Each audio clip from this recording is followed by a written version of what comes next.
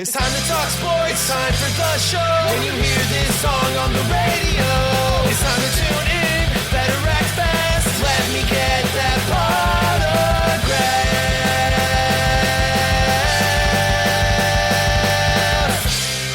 Potograph, Sports Talk Radio. Starting now.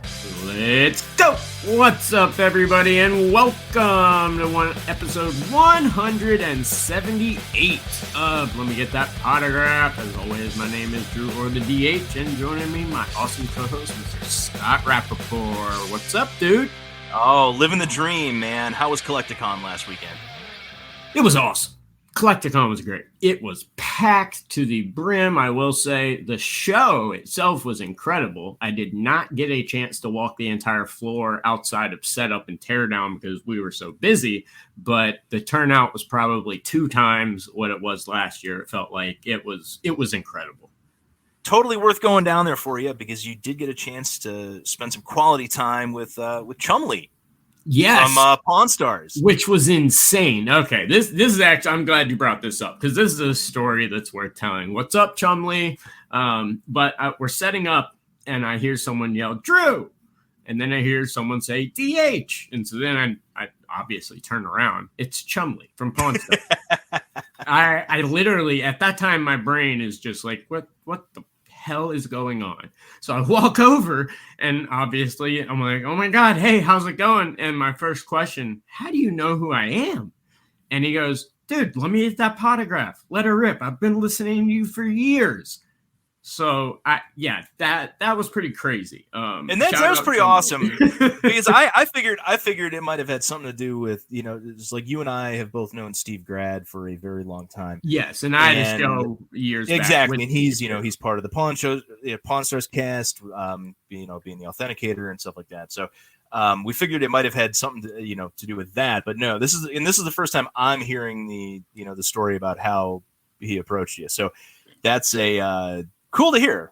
No, it was really interesting, and I don't know if it was from the show that me and Steve did, like, I don't know, probably like 6-7 years ago now, or what it was, but yeah, that was pretty cool. That was pretty interesting. So what's up, Chumlee? Shout out to you. I will say, this dude loves the freaking hobby. He was set up selling all weekend, and I'm telling you, he was set up. He was not just a panelist or something this year. He had a table and everything. And he took time with every single person. And I'm not talking about like, hey, how's it going? Real quick. He would take pictures. He would talk anything you wanted to talk about. You could have an incredibly personable conversation with him all weekend. It was incredibly cool to see. And here's my favorite part. He is an amazing actor. He is. And I'll tell you why. He is an amazing actor because he does such an amazing job on that show convincing you that he's an idiot. Exactly. But in reality, he's one of the smartest guys that's out there. Oh, he is so set. He is so smart. He is an incredible actor because he is 100% playing up a character of I'm an idiot on Pawn Stars for the comedy relief factor. Yep. When he could easily do that show as an expert and be that expert type of guy. But obviously he can also do the humor. So they put him on a humor side for Pawn Stars. But man, he is knowledgeable about the hobby. He loves it to death. And I was so impressed with how immersed in the hobby with other collectors he was. He wasn't there to just talk, pawn off his stuff, and sell autographs or anything like that. He was there to talk to people and set up a table like a normal vendor. Yeah, which was I don't know, it's kind of weird to see. It is. If you think about it. But hopefully, hopefully he'll be at the National this year. Oh, I would assume he probably will cool. be. Yeah, because I was not at Collecticon, and it would have been cool to hang out with him for a little while. But yeah, so it sounds like he had a good weekend. Yeah, it was. It was a very good weekend. Also got to spend some time with my mom, so that was really nice as well as she's going through some stuff. So really good weekend overall. But before we start the show today, guys, and we've got a lot to get into, I do want to take one moment and just remember somebody who meant a lot to me that just recently passed, and that original Panthers owner, and the reason that the Carolina Panthers exist, Jerry Richardson, passed away. Now, I know his exit from the NFL wasn't exactly pretty, with the scandal stuff that happened and all of that. And I don't want to get into all of that. But what I want to do is just remember this man, because I was a Panthers beat writer for a number of years. I got to know him very personable. I knew him on a first name basis. He knew me. We knew each other a lot, and I talked to him a lot. What he did for the city of Charlotte, for the state of North Carolina and South Carolina, it cannot be expressed enough. He was instrumental and the only reason we have a pro football team. What he did for the community, the stuff he would do, and how he would talk to every single person, just like I was just saying with Chumlee. He was the most approachable owner I've ever talked to in my life. And when it came to his players, you've seen the outreach from Thomas Davis and a lot of other people. The only person that doesn't like him is Steve Smith, and rightfully so. I'm not going to get into that. That was the one thing he did mismanage, outside of, a couple other things. But you can't get it all right. Exactly. If that's the one managerial mistake, aside from the big one that caused his exit, then you're doing okay. Exactly. But Jerry Richardson, I just wanted to take a minute to remember him, say thank you for everything that he did for me, because he opened up a lot of doors for me when I first started out, because this was my first gig doing anything. And he easily could have shut down the amount of access I had.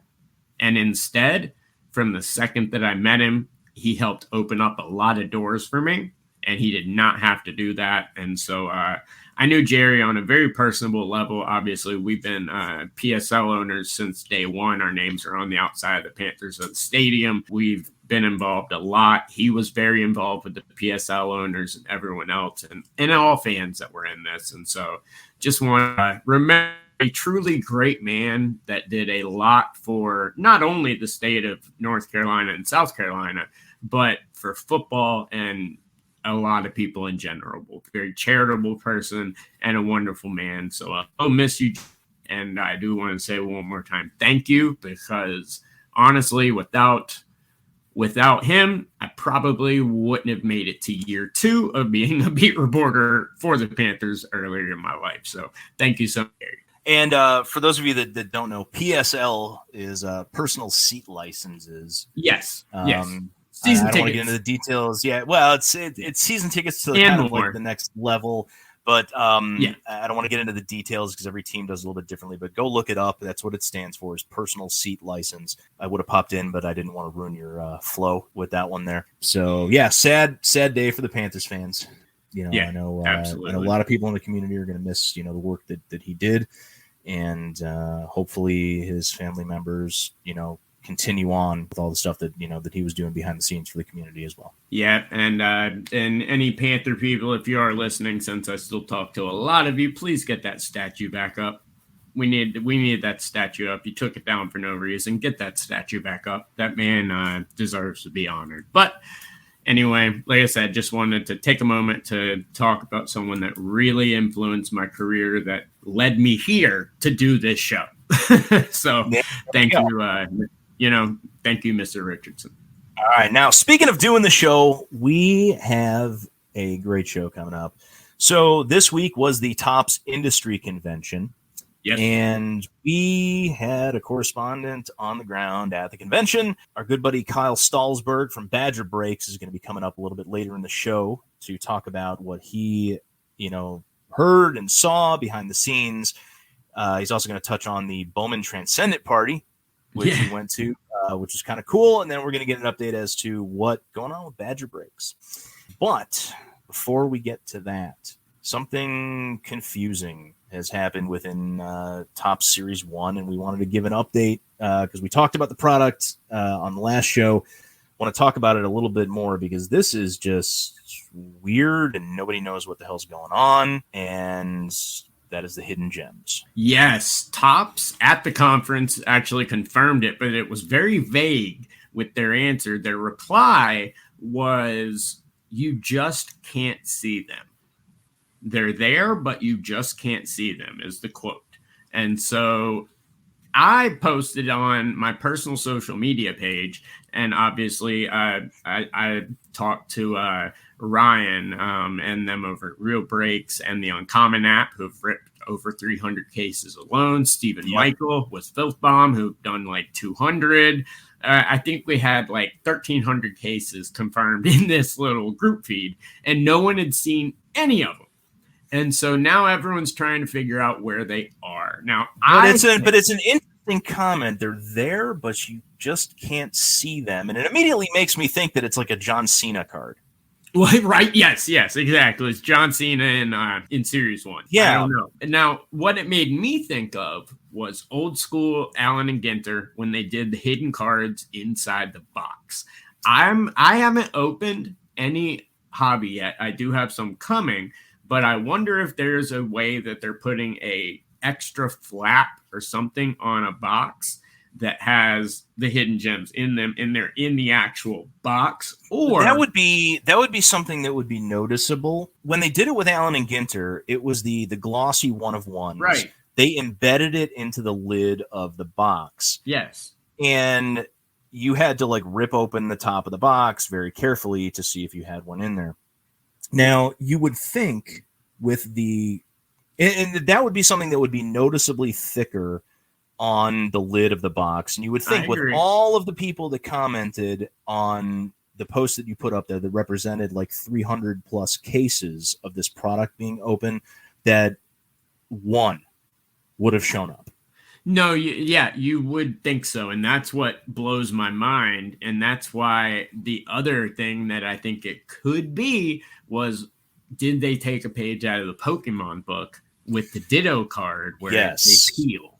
Because that, I'll tell you right now, there's a million of those that people don't know because you can't tell a difference. You cannot tell. Well, you can. You can tell the difference because there's a tiny little logo difference down in the bottom left. No, I meant holding it. When you're holding it, no, through the cards, you cannot tell. Like, if you're just flipping through Pokemon, you're not going to be able to tell. Yes, there's a logo to show you to peel, but there's no way obviously there probably is in weight if you have some crazy scale. But when you're just flipping through the cards, there's nothing, texture-wise or weight-wise that's going to give it away. True. And so where are these? And the only thing I got a better question than where are these? What are these? Right. Because there's one posted on Reddit that is a parallel. Saying there's a card posted on Reddit that may be one of them, or it may be an unannounced parallel. Who knows? But it's a rainbow foiled card with a lot of cracks in it. It almost looks like lightning strikes, kind of. Yeah. And it's on a rainbow foil. But it almost also looks like a custom card too. Exactly. But could this be a printing error on the rainbow foil? I don't know. It maybe the rainbow foil was crimped at that one part and then somehow I don't have any idea. Yeah. Or is that the hidden gem? I mean, who knows? But where are these and what do they look like? And how in the world can so much of this be opened by so many people and not one be discovered yet? So it would be nice to have more information from Topps. Like, is the code on the back different? What do they look like? And I want to see what I didn't see on that post. The Reddit one is the code different on the back? Because you would think that something like this, they would absolutely change it up a little bit. Yeah, I don't think it's a code though. Everyone keeps going back to the code. I don't think so because of their statement. You just can't see it. If it was as easy as a code, then... But that also makes me think that one wasn't it, because that's pretty freaking obvious. That's it. Exactly. That's why I think it may have been some type of printing error or something weird that happened to that one card, because like you said, this is a very blatantly obvious parallel. The one card that we've seen that could possibly be it. Wait. Did I trigger a light bulb? You triggered a light bulb because I have something sitting here on my desk in one of these two piles that goes back to 2011 tops. Okay. And if you remember that far back, 2011 tops had a parallel. It's right here. I have the Austin Jackson sitting right here. Has a little sparkle coming out of. Do you see that coming out of the jersey? And the old sparkles. Yes, this was the parallel variation. So now, I'm wondering. That's it, I'm going to be pissed. But here's the thing: these were very difficult to spot. Oh, nearly impossible. So I'm wondering if it's something like that, where it may not be like a sparkle that pops out of it. Yeah. And now they would have done better if they had made the sparkle shiny. Right. Yeah. But it's very possible that somewhere in the background of the card. Yeah, like maybe like holiday, when they do the holiday variations, and they're so weird that some of them you can barely even notice. Well, but it could be like an actual image, tiny little image of a diamond or a ruby or an emerald or something like that. But it would be really nice to know what the hell are we looking for, Top? Exactly. Please give us anything. Are we? Is it a completely different design? What do they look like? What are we looking for? Or here's even better: are they only available in certain variations of the product? Right. Are they only in hobby boxes, like oranges sometimes are? 25. Are they only in hobby and jumbo? Are they are they in retail? Where are these cards? Where can people find them? Because I'll tell you, if somebody's sitting there looking through them and all they've bought is retail, and Topps comes out and says, "Oh no, it's only in hobby and HTA," then you're going to save a hell of a lot of people a hell of a lot of time. Yeah, that you are. But seriously, tell us. Gotta tell us something. It's crazy that not one of these has come to light, and it just blows my mind. Yeah, I don't get it. But there's a lot of people that have spent a lot of money on this product for various reasons, and it would be really nice to be able to know what the hell they're looking for. I'm gonna go back through all mine and just start peeling the tops off all the base and see if one peels. I know. It's just I don't get it. I don't think it's the peeling. I don't know if it's the peeling thing. Yeah, I think don't either. Hidden, but I will say, when they finally do surface, these are going to be some insanely expensive cards. Unless they finally tell us what it is, and all of a sudden people realize that, oh crap, no, they're not rare at all. They've been here the whole time, and all of a sudden 50,000 of them are going to pop up overnight. Well, what I was told from some people that are doing research, and I don't know if this was mentioned at the conference or not, was that they are supposed to be one in every 38,000 packs plus or something like that. Now, I don't know how accurate that is, and I don't know if it was confirmed. I mean, obviously, they've got to be insanely rare, but how, with all of the product that is out there, none of these have popped up. And people figured it out when people find people find serial killers in the background of 50-year-old cards. I mean, it blows my mind. Well, let's just take a look at, if you're thinking it's one in every 30,000 packs. 38. One in 38,000 packs. All right. So the platinum, and this is the hobby pack odds. The platinum one of ones is one in every 60,000 or 67,000 packs.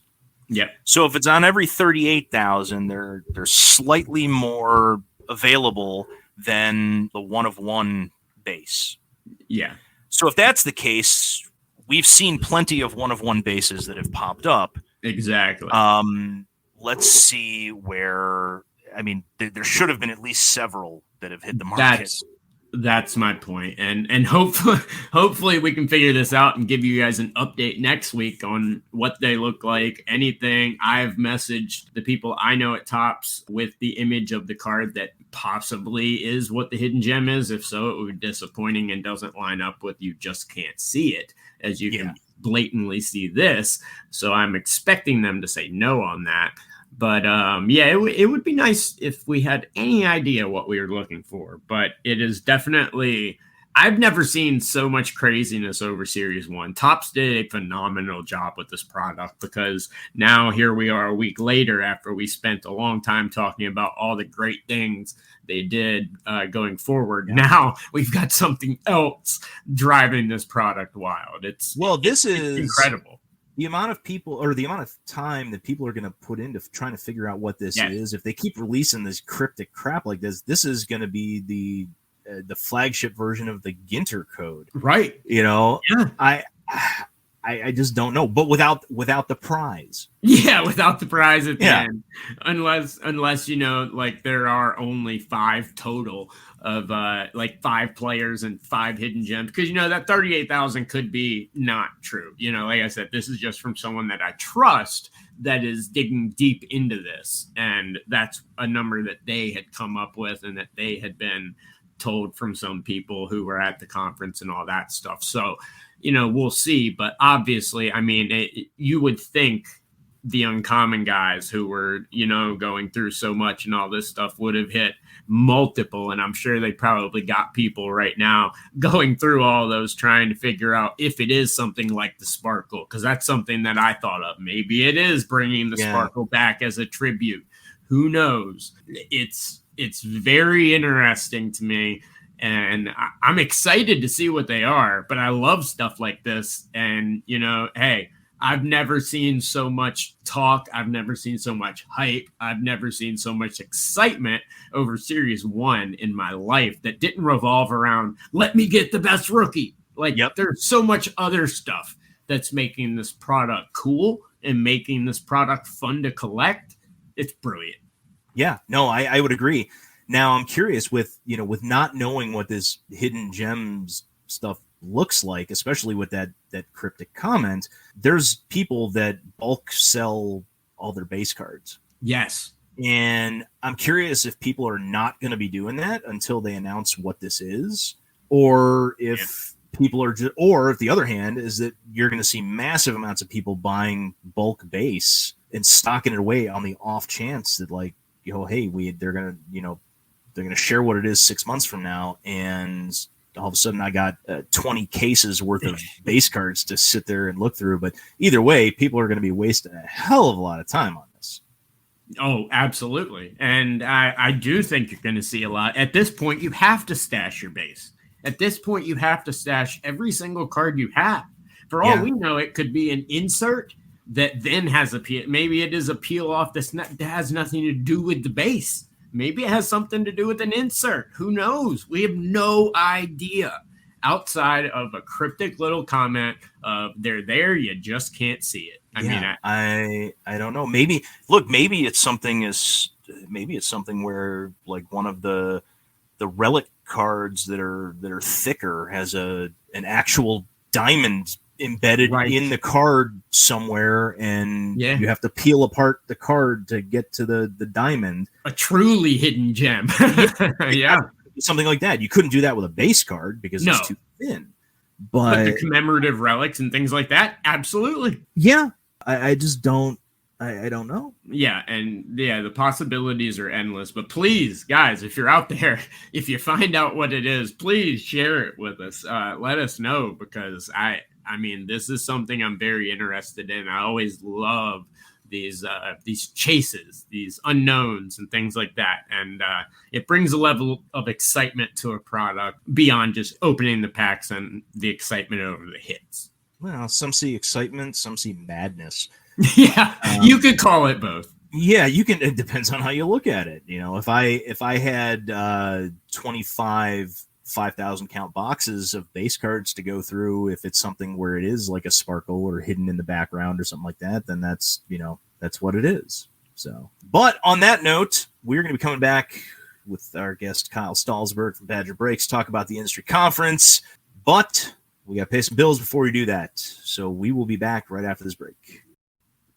All right, guys. So everybody's been hearing a lot of stuff that has been coming out of the TOPS conference that happened, this past week. And we decided that since we couldn't go, just like we did with the industry summit when we had Terrence Wimberly on, we had a correspondent on the ground at the TOPS conference. My buddy Kyle Stalsberg from Badger Breaks is joining us right now. You are back in Wisconsin right now, but you spent, 3 days at the TOPS conference?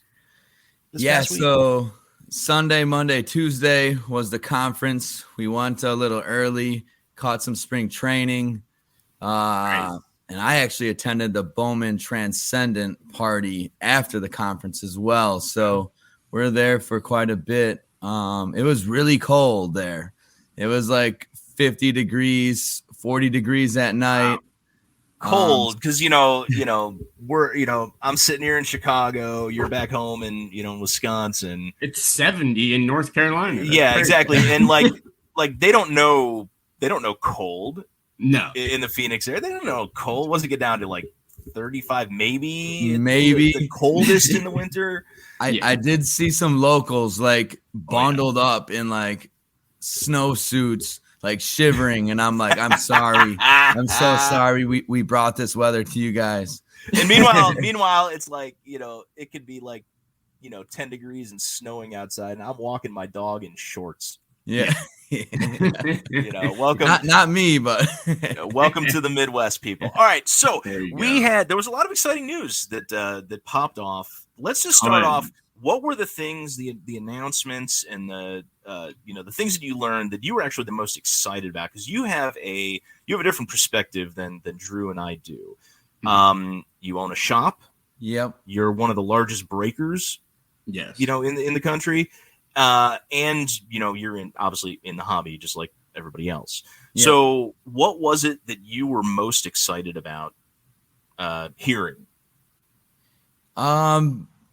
Honestly, it really wasn't. I mean, I guess the most exciting thing that I heard was just it seems like they're more organized with what products are working, what products are not. Getting their products into the hands of the right people to, distribute those products. I heard a lot of stuff from different employees of TOPS. They seem like they brought a lot more employees from years past. This was the third year that I've been there. Okay. And it was a lot different. It seemed more organized. The employees, there's tons of them there. They had information for you after the discussions that we had. So anything that you really wanted to ask, they had answers for you. Which is good. Now, some of the things that we saw come out of it, there was a list of products that they are going to be discontinuing. Yep. And I'll be honest with you, there's some products on that list that I'm not disappointed about going away. No, a lot of those needed to go. No, exactly. The one I was disappointed about that seemed to be on everybody's list was Gypsy Queen. Yeah, that seems like the only I'm right there with you. That's the only product that I was like, oh, that could have stayed. But everything else, I was like, get it out of here, Yes. And it seems like they're trying new stuff as well. They're getting away from some of the light products. They might not be doing flagships with certain products like Formula One. Oh, wow. Ooh, interesting. Wow. So they'd be sticking with Chrome and higher up stuff. The higher up products. Yep. With that. Interesting. That's actually something I had not heard yet. Yeah. So there seem like they're trying new ways and trying new stuff to have it work for the collector, which this is what it's all about, Also, they're introducing, higher end stuff, and it seems like they're getting ready to change some stuff up for when they get the basketball and football licenses as well. They asked us a lot of questions, what we want to see, when football, basketball stuff come around. And let me ask you, what did you tell them? we said, dynasty basketball. Okay. There's a lot of spitballing. I'm assuming Topps Chrome. Topps Chrome. Yep. That was yeah. a given. Topps Chrome was a given. 5-star football coming back. Triple threads football coming back. Okay. And that was all that good stuff. Now, did they make, because last year's conference they made some announcements about limiting the number of direct accounts and distributors, things like that. Did they talk about that at all this year?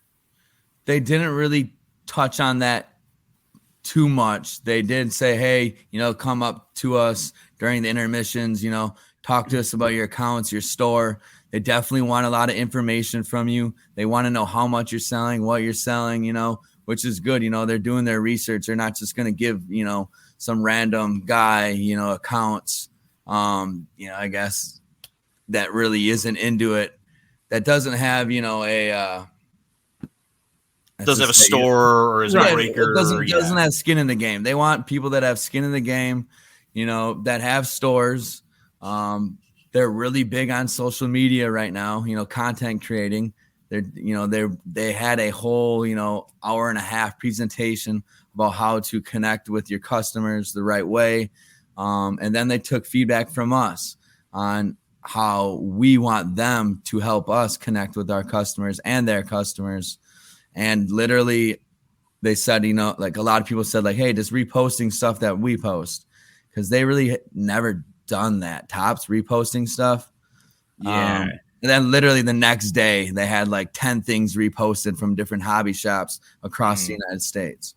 So did they in regards to that, did they talk too much about, Michael Rubin, a couple of right before the conference, he had talked about how that they were going to start really pushing marketing of the hobby and how it had never been marketed correctly. And, Then we were talking last week how you started to see Times Square billboards, things like that. Did they go in depth any on, some of the things that they might be doing from a marketing perspective and, in growing the hobby? They didn't go too much in depth about that, but they did talk about that a lot. And like I said earlier with, the employees that they brought, you could really see that they were forcing that. They had content creators that multiple, taking videos, pictures. I don't know how many roles, with, marketing and, social media type stuff. That's above my it's above my head. But it seemed like they had like 20 people there, just ready to get the word out. Seems like a lot of online stuff that they were pushing, but for like big billboard stuff, they really didn't go too much in depth about it. Sure.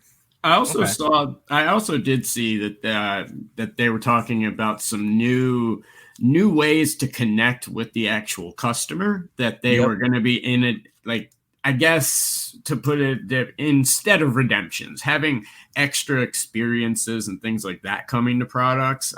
Could you expand on what they kind of talked about in regards to that? Yeah, so they I forget the exact product. I want to say maybe Big League. They're bringing Big League Baseball back. Okay. And they're getting rid of Pro Debut, which is awesome. We only need one of those. Yeah. And so I'm pretty sure it's Big League Baseball. They'll have a card in there, like say Mike Trout. Say you pull the Mike Trout card, and it's a social media card where he follows you back on Instagram or whatever. So that's actually kind of cool. No, I like that, especially if the athlete's gonna, also interact with you and stuff too, which it looks like they're trying to get the athletes a lot more involved with the collectors, which I think is really cool, because I think that's a way to really pull new people in as well, but also provide the current hobbyists with something they've never had before and something we've never seen. Yes. Yeah. And they really made it a point to give these players more incentives to sign their cards, like make events, cool things for these kids to do. Not all kids, but a lot of these guys are younger. Yeah. And, have them at events and, do cool things, get them on socials, interact with the customers, interact with the fans, and at the same time, they're signing their cards. So it's not just like, here, we're sending 20,000 sticker autos or 20,000 cards to your door. Just sign them. You know what I mean? Right. It's more personable. And the players are learning about their fans and, the businesses that they're, engaging with.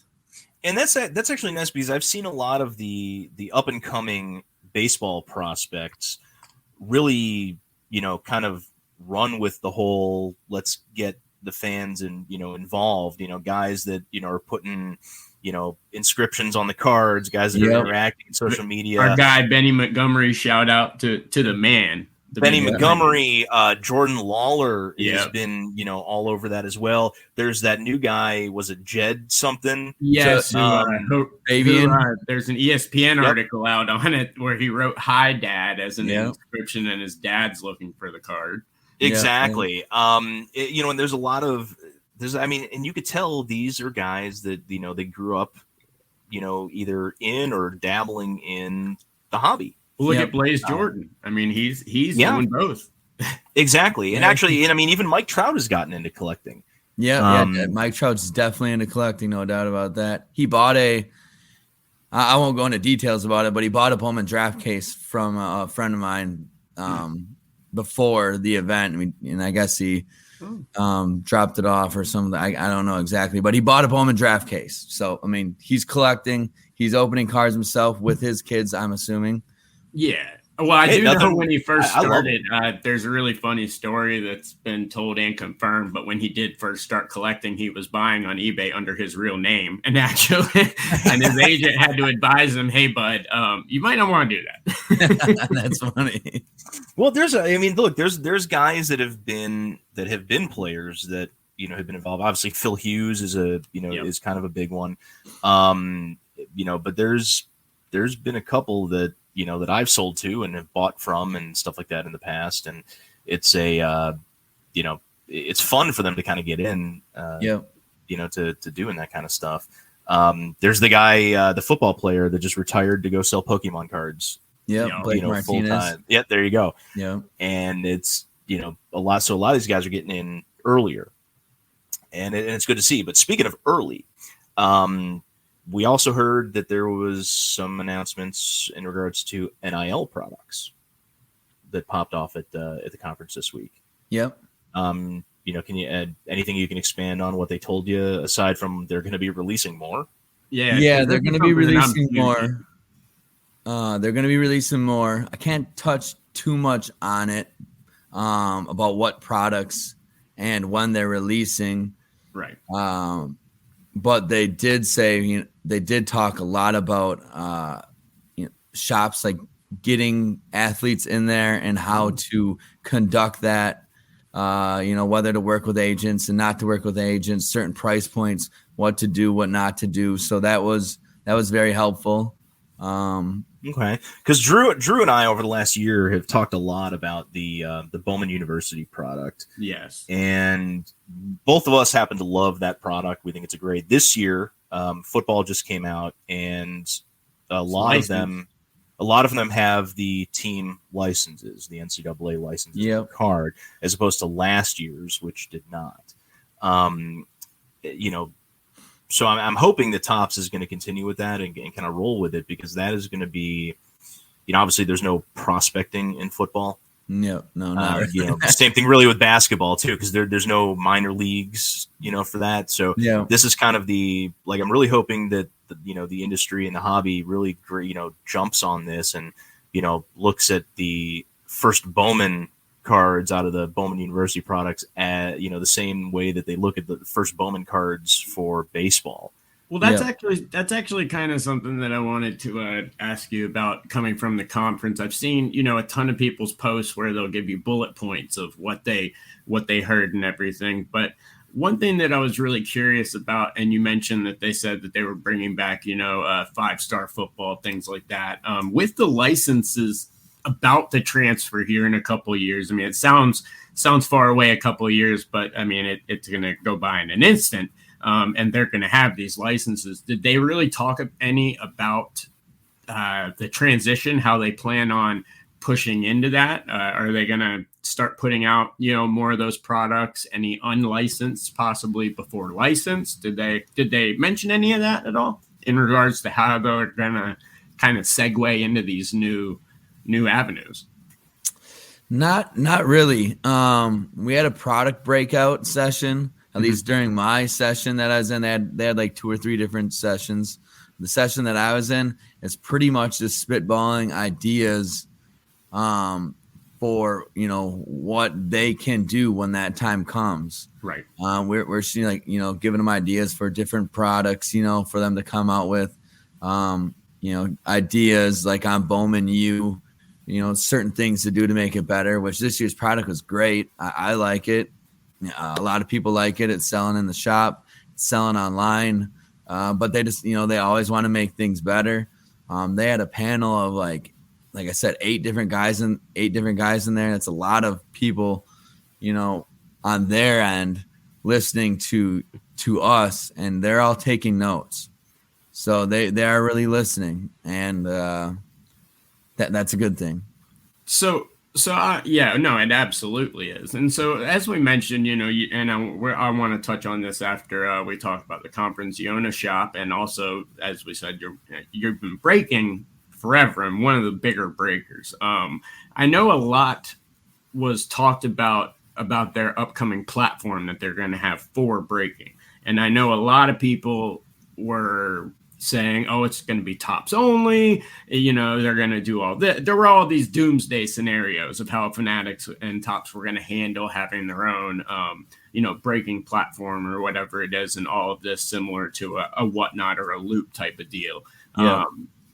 Did they what did they kind of talk about in regards to that? And as a breaker, how did you feel hearing what they had to say? Did you come away looking at it with a positive outlook or negative?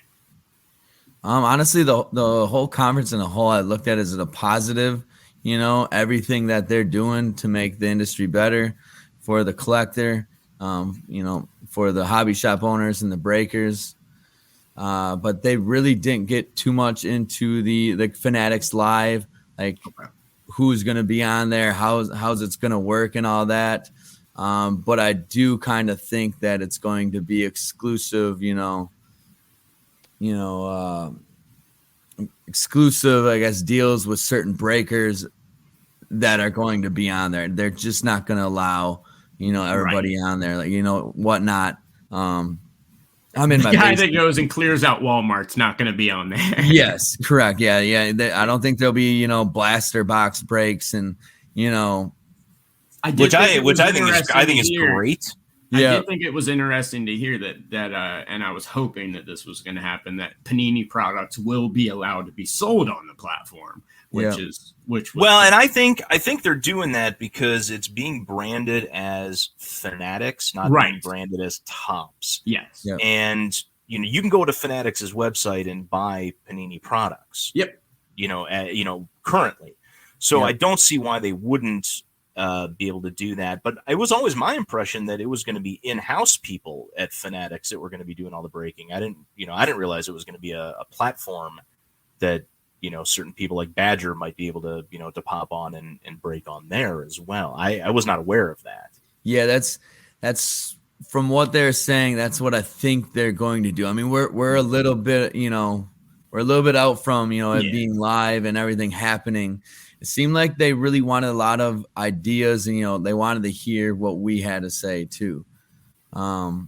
Which is good, because my concern with it was, if it was only going to be internal, that they would immediately have a massive advantage over every other breaker, because they would have unlimited access to any, at least of the Tops products right now that they wanted. And, in the future, obviously they would have unlimited access to any of the, the other products that, they pop out, whatever, brand names they put it under, or if everything is going to be under Top, or whatever they wind up doing once they get the additional licenses. Yeah. So that, that could hurt you, because you have a limited allocation. Yeah.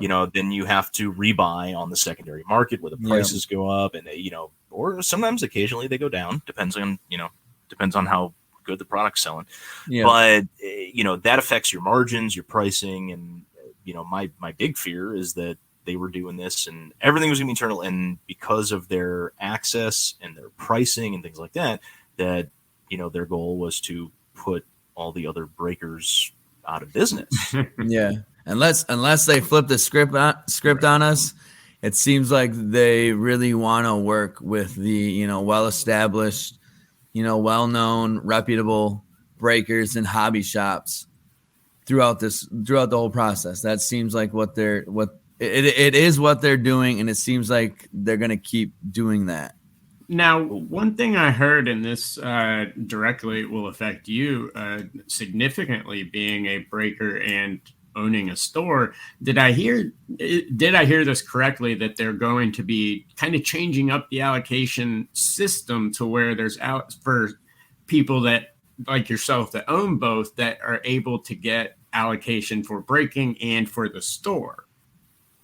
Was that something that was brought up? Because I was told the allocation method was being switched up a little bit in terms of breaking and sending to the store, and kind of splitting it up so stores that have both, like yourself, have product for the shelves and for breaking. Yeah, that is correct. Okay.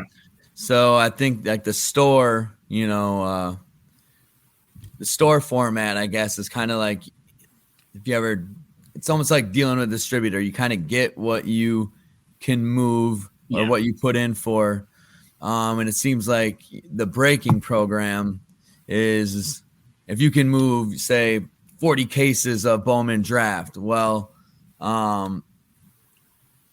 they're probably going to be able to supply you with those 40 cases if you can move those cases on time, you know what I mean? And, efficiently, all that stuff, professionionally, Yeah, and professionally is great. I mean, you have your breakers, like I love watching Tyler break. He was with me all week. Yeah, the dude's got a ton of personality. I absolutely love the guy. And there's there's other, breakers, and I'm actually, with the platform, I actually like, if they're going to do it where they're going to allow the reputable, larger, well-established breakers, come on and break on that platform, it brings that extra personality aspect, to it.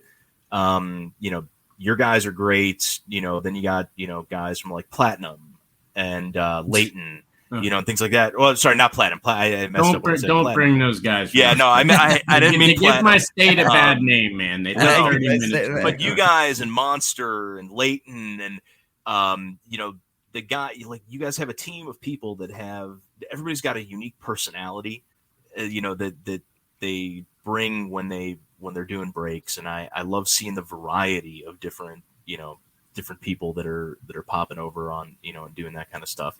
As long as they don't allow backyard, then I'm freaking good, because those guys, they're not professional. They're, bunch of freaking clowns, and leave them on Whatnot.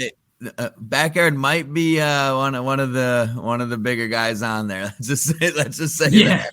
Well, I'd be shocked if they were willing to move off of Whatnot or do some things off of Whatnot, because they they have such a huge market there, and I think there's some marketing dollars that Whatnot is has put behind it and things like that. Yeah, for sure. But I mean, there's a couple years here that a lot of things will happen and shape up before Fanatics Collectibles fully takes over all the licenses. Right.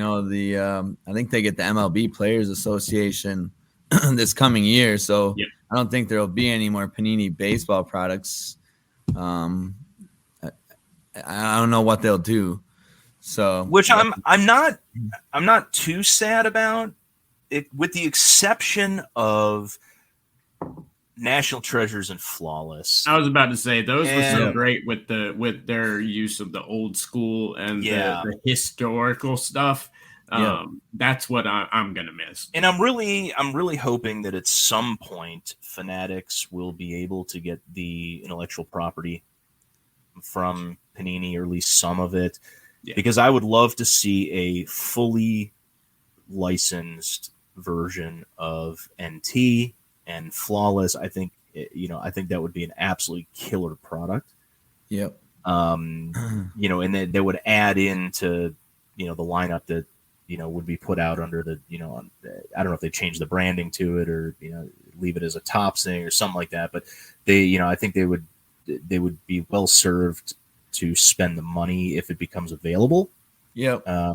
You know, to buy up that IP. Yeah, I think it's just a matter of time, honestly. Yeah, I do too. And the longer, I mean, the longer they wait, the cheaper it's going to get because, you know, Panini is running out of time for that. So I don't know why I guess they're trying to make as much as possible, but that's another story for another day.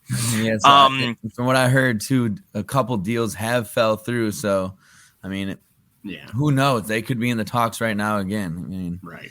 Yeah, and that's cool. So, all right, so you went from the convention to the Bowman Transcendent Party. Yeah. So let's talk about that for a minute because we want to know. Like, I haven't seen anything that's come out. You know, no pictures, no nothing that have popped off. What went on behind the scenes at that party? Well, it was 50 degrees and raining all day. So the party was supposed to. So it was at American Family Field, the Brewers spring training facility, and it was supposed to be out on the field. But like I said, it was raining, it was cold, so they had to, you know, audible a little bit, and it was kind of put us in like the you know, like the rotunda or whatever, right when you walk in. Right. And it was kind of small. Then they had us in another room, you know, where we're eating. You got the Q&A with Kumar Rocker, George Valera, and Drew Jones. Nice.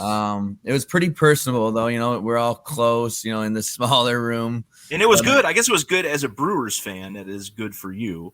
Yeah. You know, as opposed to, you know, those Cubs fans of us that, you know, be like, oh, man, it's like, you know, feel like you're going to burst into flames walking into that field or something like that. You know? It felt like I was at home with all the Brewer stuff around. So that was one of the good things, I guess. But so it was just the was a meet and greet, the Q&A with the players. You get a chance to take pictures. Yeah, they signed some stuff for you. Yep. So yeah, it was, you know, they had like a little 30-minute cocktail hour or whatever. All the people that attended, which there was 100 tickets. Not everybody was there, so I would say there's probably around 75, 80 people. Okay. Then we sat down. Kumar Rocker, George Valera, Drew Jones, they all came out, sat down, answered questions. Kevin with Tops, he also asked some questions. And then they came out, served us dinner. And then we had the meet and greet. We got autographs from all the guys. And was the original plan like you guys can like bring a ball and a mitt and, you know, throw around on the field and things like that, or was that not supposed to be part of it? I don't know, honestly. They didn't tell us to bring a ball and a mitt, but I mean, who knows? I mean, maybe they would have let us hit some balls out there. I have no idea because I know in years past that they had like a batting thing at Chase Field at the last Tops Transcendent party or whatever. So who knows what would have happened if it was nice out on the field. Yeah. Now, one thing I do want to ask is, you know, we just talked about how, especially with the MLBPA, and that they announced, you know, that they want to have a more close and personal relationship with the collectors. Well, they had this party right after. So how was the interaction with the players? Because I've been to the Panini VIP parties. I've been to a lot of these parties in the past where some of them, the access was amazing. Like I shot baskets with D Brown, you know, and stuff like that. And then there's been others where you walk in, you get a quick little photo, and then you walk right out and you don't get any interaction with them as well. So how was the actual interaction with everybody there? We really didn't get like up and close, you know, to talk to him at all, like shooting hoops with D Brown. I was at that one as well. I remember, I think Mo Bamba was there too, right? He was, yes. Yeah. But we didn't really get up and close, you know, be able to make it really personable. I mean, we took pictures with them, you know, dapped them up a little bit, and we walked by.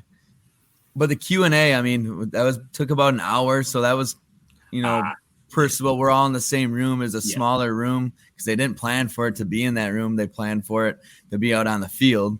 So it did feel kind of personal, but it wasn't like hanging out with them or anything like that. Yeah. Okay. Interesting. All right. But overall, you say you had a good time at the party? Yeah, it was a great time. Okay. It was my first Transcendent party. And it was probably the first one that Tops had to change a little bit because of the weather.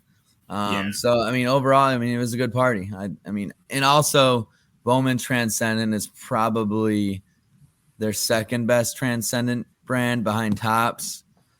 And also, you know, the players, I mean, Drew Jones is 19 years old. Yeah. You got a room full of mostly 40 to 50-year-old males who are twice his age. So, you know, there's a little bit of age disconnect, I would say. Well, and I think part of that is the cost of the product. I mean, you're looking at, what is it, $25,000 or something like that? For the Bowman? Yeah.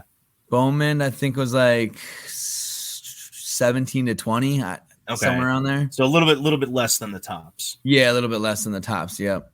Okay, because like I know in the past, like, you know, Derek Jeter has been, you know, the highlight of one of the, you know, Tops Transcendent parties, and yeah. You know, so it's a little, I could see that with the discrepancy, but you're also talking about guys that, you know, are, you know, they're either dropping $25,000 on a product and can afford to do that, or they're buying the ticket on the secondary market for, you know, what, $3,000 to $8,000 depending on who the guest is. Yeah. So it's a little bit, you know, different. Yeah, I think the tickets to this Transcendent party, I think they're going around $2,000 to $3,000, depending. I think $3,000 out the gate, and then it kind of, you know, cooled off a little bit as you got closer to the party actually happening. Yeah, no, that makes sense. Yeah. So, all right, so let's talk about the shop. Let's talk about, you know, the breaking. You know, let's talk about stuff like what do you got coming up? What is exciting going on? So the shop, I was up there shortly before you guys opened. Yeah. You guys have been open about a year, pretty close to a year, almost a year. How's that been going for you? And I'm asking, I know the answer to this, so you know, I get that. And then, you know, what do we got coming up, you know, breaking wise, that is going to, you know, something cool, something different, you know, kind of going into that. So what do we got? Yeah, so the shop, we opened late April last year, and this every month we keep getting busier and busier, which is awesome. We had to hire another person to help out in the store. Breaking wise, we're still just breaking nonstop. All the new releases. We got Bowman Inception today. I'm actually going to be going to the shop here in a little bit to break some of that. Got tons of football stuff that's coming up. Immaculate football. What else we got? Prism football is coming up. Honors football. Do not sleep on honors football. That's going to be great. We'll have all that stuff in our shop and our website, badgerbreaks.com. We break on release days at noon, all the newest products, and we're usually breaking every day almost until 1 a.m. So if you want to get into breaks, you know, we got you. Yeah, they definitely have tons of them. Where is, just for everyone listening that may not be familiar, where's the shop located and everything like that? Yep. So we are in Onalaska, Wisconsin, right on the Mississippi River, right next to La Crosse, Wisconsin, which some of the listeners might know of La Crosse, Wisconsin. We're kind of famous for Oktoberfest and our downtown nightlife. Mm-hmm. And your shop is conveniently located if you happen to own a private plane or a private jet to the La Crosse airport, which is, you know, kind of just behind the building. Yeah. The airport's not too far away. It's not too big, though, but there are a couple flights going in every day, especially from Chicago. Yeah. And then speaking of Chicago, you are also going to be set up at the show coming up here on the 17th, 18th, and 19th in Rosemont. Yes. Is that correct? Yes. We will be at the Spectacular. We'll bring a bunch of our, high-end cards. We'll have some cool promotions going on while we're there. So definitely, if you're in the Chicago area, was it the 16th, 17th, and 18th? 17th. I think it's the 17th, 18th, and 19th. 17th, 18th, and 19th. 16th is when setup starts. Okay. So I will see you on the 16th. Yeah. But you will see everybody else on the 17th, 18th, and 19th. And like you and I had talked about a couple weeks ago, you're also bringing wax. Yes, we'll be bringing tons of wax. higher end singles, like I said, promotions, fun stuff to do for the kids to get engaged, coupons for our website and, just a bunch of stuff, for the people, having a fun time coming to that show. And, it's just going to be a great time. And, being able to talk to, our customers, our collectors, because, I don't like to call everybody, customers too. Like a lot of these people are my friends. So, collectors, customers, however you want to word it, I guess. But, we're really excited to be at that show. Awesome. Well, we greatly appreciate you coming on and giving us some inside scoop from some people that were there, from someone that was actually there at the conference today. I really appreciate it. For all of our listeners out there, if they are interested in Badger Breaks and everything, would like to possibly get into it or would like to hit you up on socials or anything, how would they do that? We're all over the place. We're on Instagram, TikTok, Facebook, Badger Breaks across all platforms. We're on Twitter a little bit too. But our main places where you'll find us is Facebook. Our Facebook group has 10,000 members in it. We fill breaks in there and on our website, Instagram, like I said, TikTok. I mean, there's so many these days. But Instagram is, it's our main thing, I guess. TikTok, we're on them all. Awesome. So thanks for coming on, Kyle. Yeah, thank you for having me. Appreciate it. Yeah, I will see you in person in a couple of weeks. And I'll see you at the National. Drew will see you at the National. We'll be there too. Yeah. So. Well, thanks for coming on, man. Greatly appreciated. Yeah, thank you guys. Appreciate you having me, and look forward to being on another show at some time again. Absolutely. Yep. Awesome. Thank you guys. And once again, I'd like to thank Kyle for coming on the show. Man, it's always nice when we can have somebody, especially someone as awesome as Kyle and Badger Breaks, come on that was there at the conference. Oh yeah, absolutely. And I know we've been Kyle, been talking about having Kyle on for a while now, and this is a great way to make that happen. Guys, there was a lot of other news, a couple of pointers that I did want to touch on and kind of get your reaction on as well. There was so much stuff that came out of it. There's no way to cover everything, but two things that stood out to me, and it revolves around autographs. Were one, that Tom Brady is going to be in Bowman with autographs. They're going to have him in his Expos gear and have Tom Brady and Bowman. And also, we're going to get, with the NIL, we're going to get Bronny James Topps All-American autographs. Those are two things that, I didn't get a chance to bring up in the interview, but that's freaking awesome. I mean, it's... the Brady thing is awesome. I think I'm really excited about that. Oh, yes, absolutely. I don't know how excited I am about the Bronny James, thing. Really? I have a problem sometimes with the children of really good athletes. He's a top 10. I know where you're going with that, but he is a projected top 10 pick.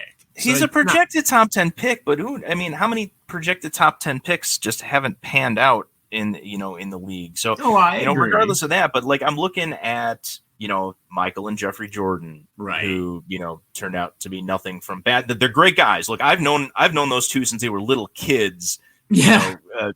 Coming in while Juanita was working with me doing some stuff, but they're great people. Mm-hmm. But they're not their father when it comes to basketball. Jared Payton, same thing. He's not Walter. I'm having a hard time thinking that the Bronny James autos are going to be hugely meaningful. I don't think they're going to be hugely meaningful in the long run because obviously, like I said, he's going to be a top 10 pick. He's going to have plenty of autographs in the future. I just think, it's a neat use of the NIL. And hey, if it shines a light on some of this stuff, which I really do think, and I'll keep talking about it as it comes to fruition, the NIL market, the college market, over in basketball, you can't even really call it the college market because the first college player isn't projected till pick 5. Right. It's all overseas. So the international market and all that, that's something, and that's a area of the hobby that I see exponential growth in the next 5 years. And so something like that is, in my opinion, going to do a lot to move that forward. So while they might not have a massive amount of value long term in terms of his cards, I think it does do a lot for the upcoming, prospecting market, like we were talking about, getting people to look at the Bowmans and all that stuff. So any attention and good stuff you can put in any of those products, I think, is going to help that happen. Oh no, I agree. And it's only a matter of time before somebody comes out with a multi-sport NIL product, because there are so many of these athletes in high school and college and things like that in other sports besides the major ones, besides, your basketball, your football, things like that really could drive a product. I mean, there's some amazing golfers that are out there that could be part of that. Obviously, what's her name? The Olympia Dune from LSU. Obviously she's huge. The hobby, I think, would be taken care of really well by having a product like that it is a, like a multi-sport NIL as opposed to just focusing on, one just sport per basketball or something like that. Yeah. So a couple other things, guys, that did come out, just some little bullet points for you if you are interested. And then one thing I do want to get your opinion on, because it's hilarious to me, but there is going to be multiple new Star Wars releases, at least 10. We're also getting Topps Chrome Tennis. It is coming. Finally! Topps Chrome Tennis is coming this year. They confirmed that. Now, wait, is it the 2022 edition, or are they just redoing it for 2023? No, it's a new one, and they said it's going to be followed by an even bigger release next year. So it looks like next year we might get Topps Chrome Tennis and another one. So it does look like the tennis market is coming out as well. And from the non-sport side of things, Dune is coming.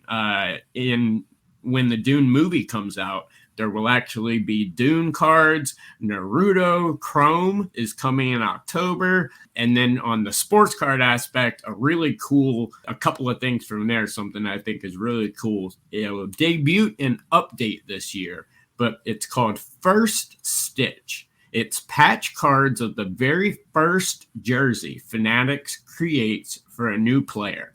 And these are going to be patches in update. I thought that was pretty cool. Well, I'm torn on that because of how they do it. Is it going to be patches from the first jersey that the player ever wore? Or is it the first one that Fanatics just created, and now all of a sudden it's like there's no tie to the player at all?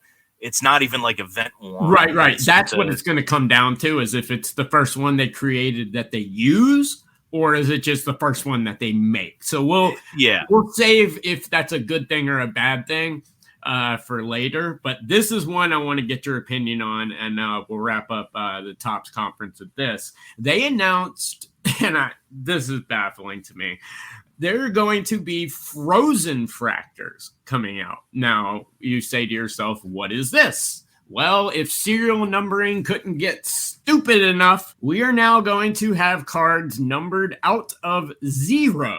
And these cards will be numbered out of 0 and -1 through -5 out of 0. So I have mixed emotions about this one, because I've been saying for a long time that they need to have, like, certain cards. You can't possibly have a card for that player numbered to their jersey number. Right.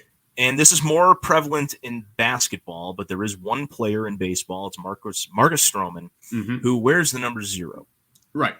But let's talk about it as it relates to basketball for a moment, because you see that more often. One of the biggest stars in the NBA right now wears number 0. That's Jason Tatum. Yeah. You cannot have, like, the contenders. They have the die-cut rookie autos that are numbered to each player's jersey number. You can't have Tatum in there. You couldn't have a Tatum. You couldn't have a Kobe White, who also wears 0, because we can deal with that, though.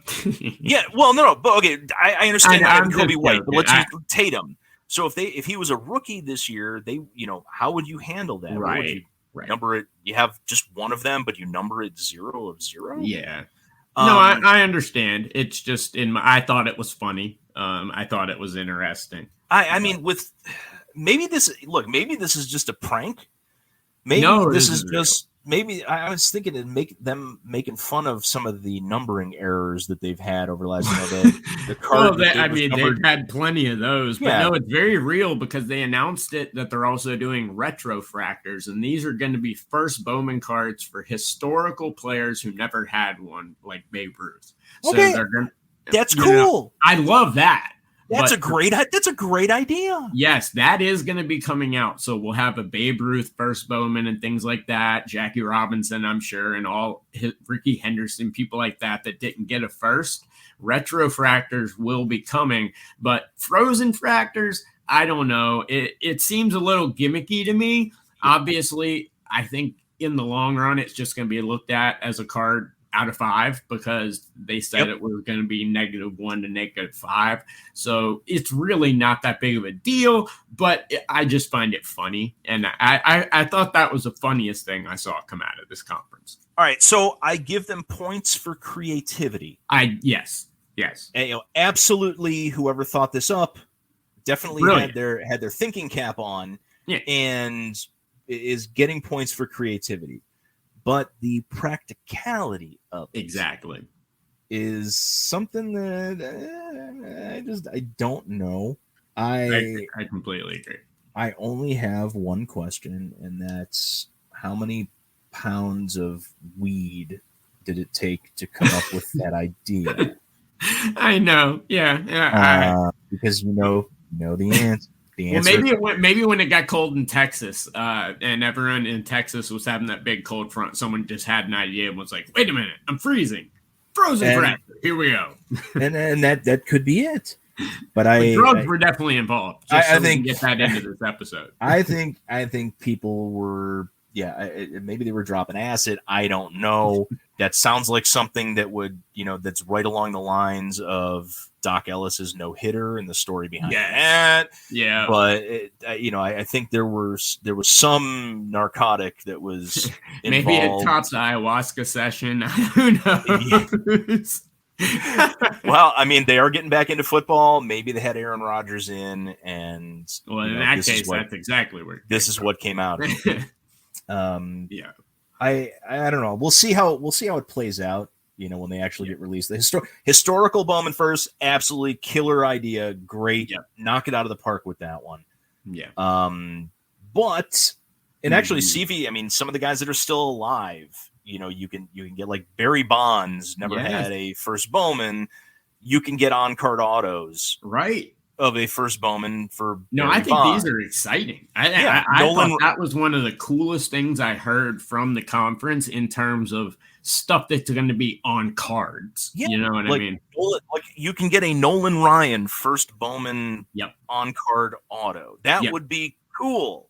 That automatically creates one of the most in-demand Nolan Ryan cards of all time. Exactly. Even though it's not technically a rookie, it's still it still would be a cool piece. And I have no idea if Nolan Ryan's going to be in there. Right, I would assume they are probably going to make a card of a first Bowman retro card of him. And you kind of have to.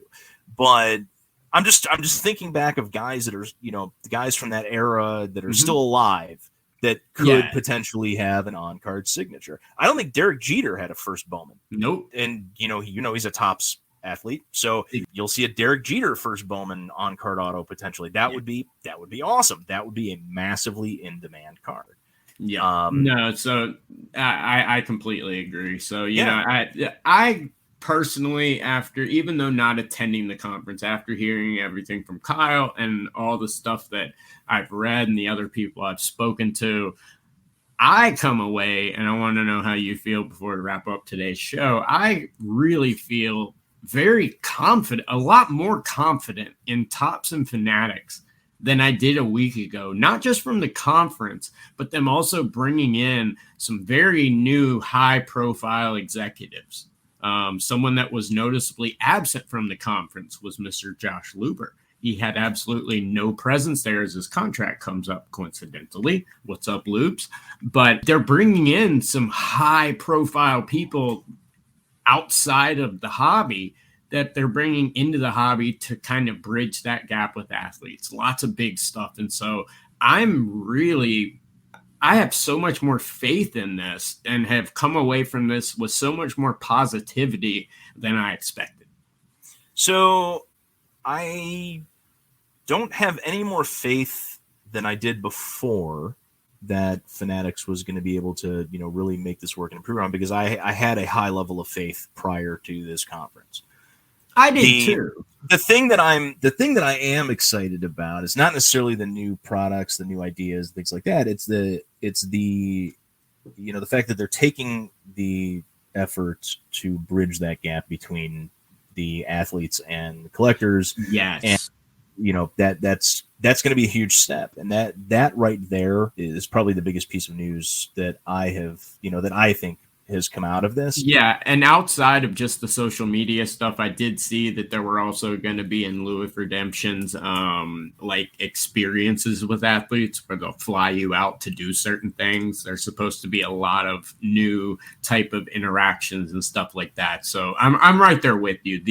The incorporation of the athletes, and the closer you can get the collector to the person that's on that card, physical, actual person that's on that card, the better the collector experience. And that's the infrastructure that Fanatics has and that they can bring to collecting that I think is really going to serve the hobby well in the future. Yeah.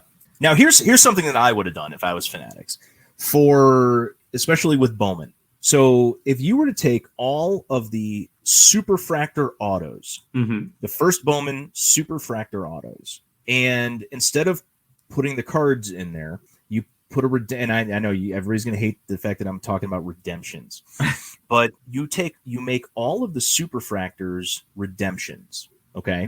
And part of that redemption, when you redeem it, is they will fly you out to watch the athlete sign it. Yeah. And you get to watch them sign the Superfractor for you.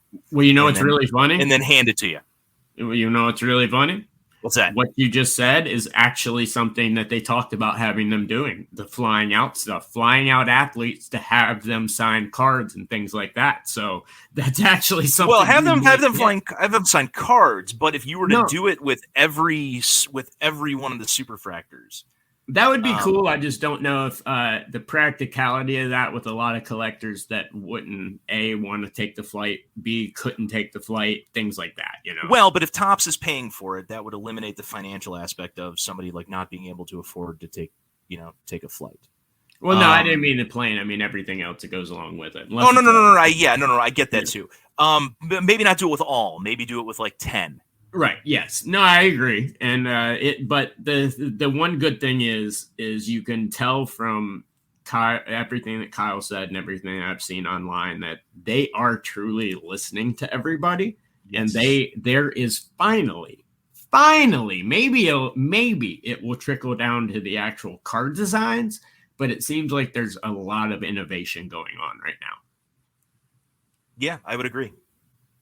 So I love it. I think it's awesome. But, Scott, there was a lot we covered today. I think this is probably a good time to wrap it up. What do you think? I would agree with that as well.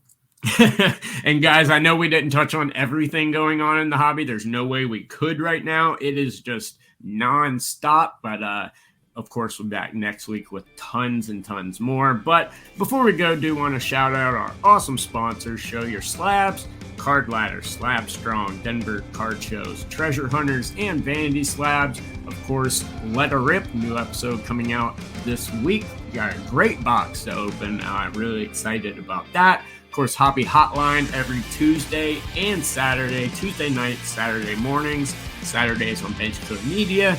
And if you missed the announcement, I will be writing, I'll make the announcement here, the brand new Hobby News Daily website that launches April 1st. I will be the football, basically doing modern football, and I'll be having a couple articles a month out on Hobby News Daily covering modern football products, things like that. So a lot of cool stuff coming up in the future, and a lot of cool stuff coming up on Let Me Get That Potograph. But Scott, man, another great episode.